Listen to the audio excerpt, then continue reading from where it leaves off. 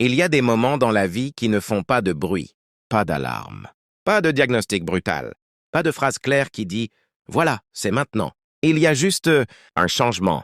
Une personne âgée est assise en face de toi. Elle sourit. Elle te dit que tout va bien. Mais toi, tu sens que quelque chose est différent. Un truc subtil. Un truc difficile à expliquer. Ce ne sont pas des signes qui font peur. Ce sont des signes qu'on rate parce qu'ils sont trop calmes, trop doux, trop normaux. Cette histoire n'est pas là pour annoncer une fin. Elle est là pour parler de temps, de présence et d'amour conscient. Parce que parfois, la dernière année d'une vie commence sans douleur, sans drame, sans bruit. Elle commence dans le silence. Vieillir, ce n'est pas seulement avoir des rides ou marcher plus lentement. Vieillir, c'est quand le corps et l'esprit commencent à changer de rythme. Pas d'un coup, mais doucement. Comme une musique qui baisse le volume. La personne âgée n'est pas forcément malade. Elle n'est pas forcément triste. Mais elle devient plus intérieure, plus calme, plus distante du monde extérieur. Elle parle moins. Elle observe plus. Elle économise son énergie comme si chaque geste comptait. Et souvent les proches disent « C'est normal, c'est l'âge ». Oui, parfois. Mais parfois, ce n'est pas juste l'âge. C'est une préparation intérieure. Le premier signe, celui que presque tout le monde ignore, c'est le retrait social silencieux. Avant, cette personne aimait discuter, recevoir de la visite, être au milieu des autres. Maintenant, elle préfère rester seule. Elle annule des rendez-vous. Elle refuse des invitations. Elle dit souvent « T'inquiète, repose-toi ». Ce n'est pas qu'elle n'aime plus les gens. Ce n'est pas qu'elle est devenue froide. C'est juste que le monde fatigue. Les conversations longues épuisent. Le bruit devient lourd. Les émotions prennent trop de place. Elle cherche le calme, le silence, la paix. Beaucoup confondent ce retrait avec de la dépression. Mais souvent, ce n'est pas de la tristesse. C'est un détachement progressif. La personne commence à se tourner vers l'intérieur, comme si elle faisait le tri, comme si elle rangeait doucement sa vie. Ce signe ne demande pas d'insister. Il demande de respecter, d'être présent sans envahir, juste être là, tranquille. Puis il y a le sommeil. Elle dort plus, beaucoup plus. Des siestes longues, des nuits profondes. Parfois, elle s'endort en pleine conversation. Le corps ralentit, le cœur travaille différemment. Chaque mouvement demande plus d'efforts. Dormir devient un refuge, une façon de se reposer du monde. Et souvent, les proches disent « Lève-toi un peu ». Il faut rester actif. Mais parfois, la plus grande preuve d'amour, c'est de laisser dormir, parce que le corps sait ce qu'il fait, toujours. Forcer quelqu'un à rester éveillé quand son corps demande du repos, ce n'est pas aider, c'est lutter contre un processus naturel. Ensuite, il y a l'appétit. Avant, elle aimait manger. Un plat chaud, un dessert, un café partagé. Maintenant, elle mange peu, ou refuse complètement. Même ses plats préférés n'ont plus le même goût. Ce n'est pas un caprice, ce n'est pas un refus de vivre. C'est le métabolisme qui ralentit. Le corps n'a plus besoin de beaucoup d'énergie. Et pourtant, on insiste. Mange encore un peu. Ouais, c'est important. Parfois, cette insistance crée plus de stress que de bien. Dans ces moments-là, ce qui compte, ce n'est pas la quantité, c'est la douceur, le respect. Un autre signe très fort, mais souvent mal compris, c'est quand la personne âgée commence à vivre davantage dans le passé que dans le futur. Elle raconte les mêmes histoires, encore et encore. Elle parle de personnes décédées comme si elles étaient encore là. Elle sourit en prononçant leur nom. Le futur ne l'intéresse plus vraiment. Les projets de demain? Bof! Ce n'est pas de la confusion. Ce n'est pas une perte de mémoire. C'est souvent une réconciliation intérieure. Elle revisite sa vie. Elle ferme des chapitres. Elle fait la paix avec ce qui a été. Et quand elle te raconte encore la même histoire, écoute, même si tu la connais par cœur. Parce que pour elle, ce souvenir est peut-être une clé de sérénité. Puis, il y a ce moment étrange où elle commence à mettre de l'ordre. Elle trie ses affaires. Elle classe des papiers. Elle donne des objets. Un bijou, un livre, une photo. Elle dit « Garde-le ». Ce n'est pas morbide. Ce n'est pas un adieu direct. C'est une façon douce de préparer. C'est sa manière de dire « Je veux que tout soit clair. Je veux partir tranquille ». Beaucoup de familles évitent ces moments parce qu'ils font peur. Mais en réalité, ce sont des moments de grande lucidité et de responsabilité. Enfin, il y a ce signe qui surprend presque tout le monde, le calme profond. Parfois, juste avant la fin, une personne devient étonnamment paisible.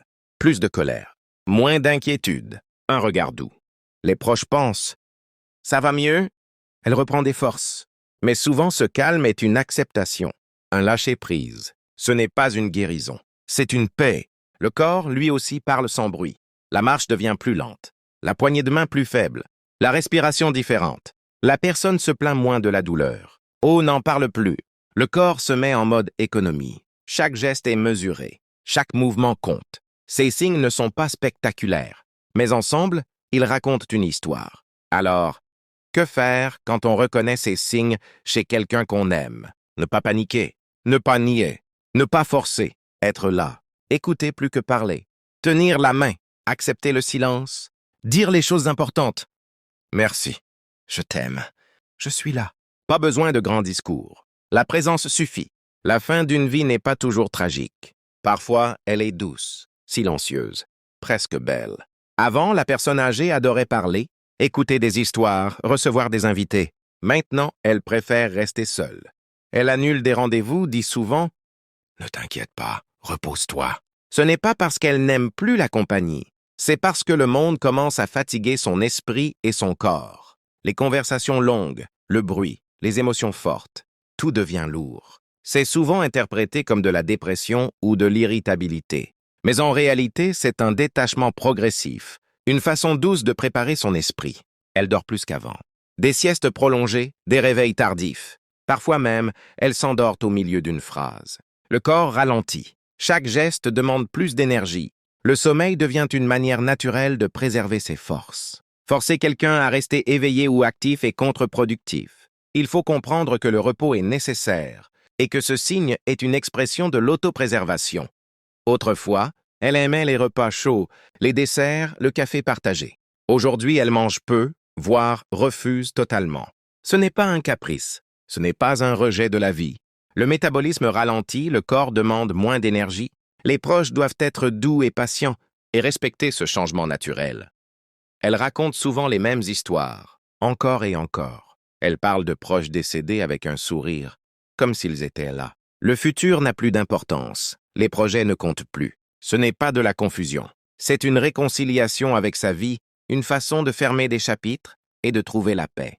Quand une personne âgée répète la même histoire, écoutez attentivement. Chaque mot, chaque souvenir est une clé de sérénité pour elle. La personne commence à trier ses affaires.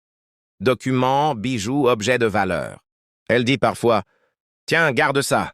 Ce n'est pas morbide, c'est une préparation intérieure, un moyen de laisser le monde en ordre et de transmettre ses biens avec amour. Les familles souvent ne remarquent pas ce signe, ou l'évitent par peur, mais c'est en réalité un acte de responsabilité et de sagesse. Parfois, avant la fin, une personne devient étrangement calme. Moins de colère, moins d'inquiétude, un regard doux. Les proches pensent « Ça va mieux ?» Elle reprend des forces. Mais ce calme est souvent un lâcher-prise, une acceptation profonde de la vie. C'est un signe de sagesse silencieuse, marche devient lente, la poignée de main plus faible. La respiration peut changer. Les douleurs sont moins exprimées. Le corps économise son énergie, chaque geste est mesuré. Ces changements ne sont pas dramatiques, mais ils racontent une histoire importante sur la fin de vie. Ne paniquez pas, ne niez pas les signes, n'imposez rien, soyez présent. Écoutez plus que vous ne parlez. Tenez la main, acceptez le silence. Dites les mots importants. Merci, je t'aime, je suis là. Pas besoin de longs discours. La présence suffit. La fin d'une vie n'est pas toujours tragique. Elle peut être douce, silencieuse, presque belle. Ces signes ne sont pas des condamnations. Ce sont des appels à l'amour conscient. Si vous reconnaissez ces signes chez un proche, restez présent. Parce que ce qui compte, ce n'est pas combien de temps il reste, mais comment nous partageons ce temps avec eux. N'oublie pas de liker cette vidéo si elle t'a plu. Abonne-toi à ma chaîne pour ne rien rater. Clique sur la cloche pour recevoir toutes les notifications. Partage cette vidéo avec tes amis si tu as kiffé. Merci pour ton soutien, ça me motive à créer encore plus de contenu.